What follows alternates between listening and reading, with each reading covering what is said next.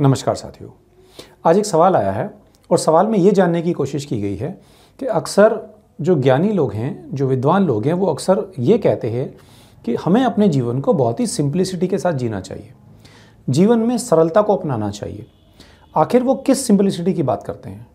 देखिए, सबसे पहले तो आप ये बात समझ लीजिए कि जब भी सिंप्लिसिटी की बात की जाती है तो सिंप्लिसिटी से मतलब ये बिल्कुल भी नहीं है कि कोई आदमी बिल्कुल उबला हुआ खाना खाए, स्वादिष्ट भोजन बिल्कुल ना करे, या जिसे हम कह सकते हैं कि सात्विक भोजन करे, एकदम सिंपल वस्त्र पहने, ज़मीन पर सोए, दिन में एक बार भोजन करे और जो भी थोड़ा बहुत उसके पास अवेलेबल है अगर वो ज़रूरत पड़े तो वो भी दूसरों को दे दे।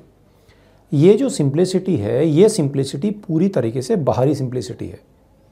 यानी ये ऊपर से दिखाई देती है कि आदमी सिंपल है, सरल है। जब भी बात सरलता की जाती है तो सरलता हमेशा आंतरिक होनी चाहिए, सरलता हमेशा भीतर से आनी चाहिए। एक आम आदमी जिस चीज़ को सिंप्लिसिटी समझ लेता है, दरअसल वो जो सिंप्लिसिटी वो पूरी तरह से बाहरी है। बाहरी दुनिया में चीज़ों का त्याग कर देना सिंप्लिसिटी नहीं है। अगर बाहर की ज़िंदगी में चीज़ों को त्याग देना सिंप्लिसिटी होता तो सबसे बड़े सरल व्यक्ति, सिंपल आदमी तो वो होते जिन्होंने संन्यास ले लिया है, जो सब कुछ छोड़कर जंगलों में चले गए हैं।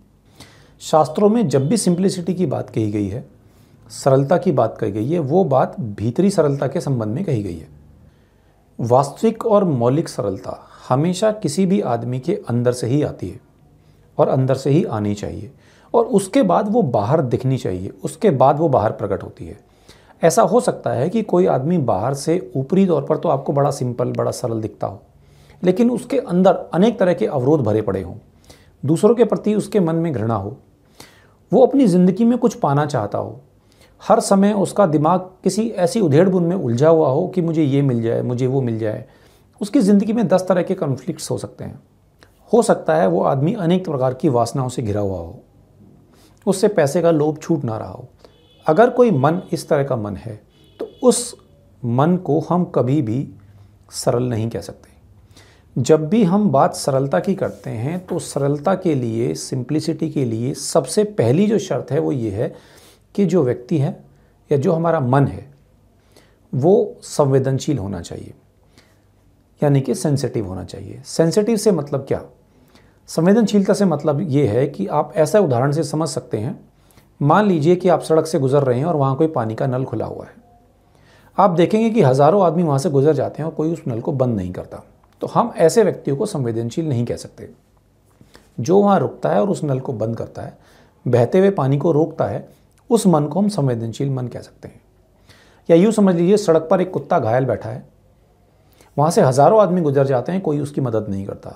तब उनमें से कोई एक आता है जो उसे उठाता है और डॉक्टर के पास लेकर जाता है या उसका इलाज करवाता है। ऐसा मन संवेदनशील है। जब हम संवेदनशीलता की बात करते हैं तो संवेदनशीलता का मतलब है कि संवेदनशीलता केवल मनुष्य के प्रति ना हो, केवल अपने सगे संबंधियों या अपने परिवार के बारे में ना हो। संवेदनशीलता प्रकृति के प्रत्येक जीव के प्रति होनी चाहिए, पशु पक्षियों के प्रति होनी चाहिए, पेड़ पौधों के प्रति होना चाहिए। जब कोई मन भीतर से संवेदनशील बनता है तब उसके अंदर एक तरह की सजगता उपस्थित है, तब वो भीतर से सरल होता है। हमेशा इंसान का मन जैसा अंदर से होता है वैसा ही उसके कर्म बाहर से दिखाई देते हैं। यानी कि कुल मिला के मैं जैसा अंदर से हूँ वैसा ही मैं बाहर दिखाई दूंगा। अगर कोई आदमी अंदर से लोभी है तो उसका लोभ समाज को दिखता है। अगर आप बहादुर हैं तो भी समाज को दिखता है, अगर आप कायर हैं तो भी समाज को दिखता है। सरलता की जो दूसरी शर्त है वो ये है कि इंसान का जो मन है, उसकी जो बुद्धि है, उसका जो विवेक है, वो हर तरह के बिलीव्स से मुक्त होना चाहिए। जब एक मन हर तरह के बिलीफ से मुक्त हो जाता है तब उसके अंदर एक तरह की प्रज्ञा जगती है, और जो प्रज्ञावान मन होता है वही वास्तविकता में सरलता को प्राप्त कर पाता है। वास्तविकता में जो मन संवेदनशील नहीं है, सजग नहीं है, सचेत नहीं है, वो कुछ भी ग्रहण करने के योग्य नहीं होता है। सरलता के लिए जो तीसरी शर्त है वो है स्वबोध को जगाना, यानी कि अपने बारे में जानना। अगर कोई व्यक्ति वास्तविकता में सरलता को, सिंप्लिसिटी को अपने अंदर लाना चाहता है तो उसे सबसे पहले अपने आप को समझना चाहिए।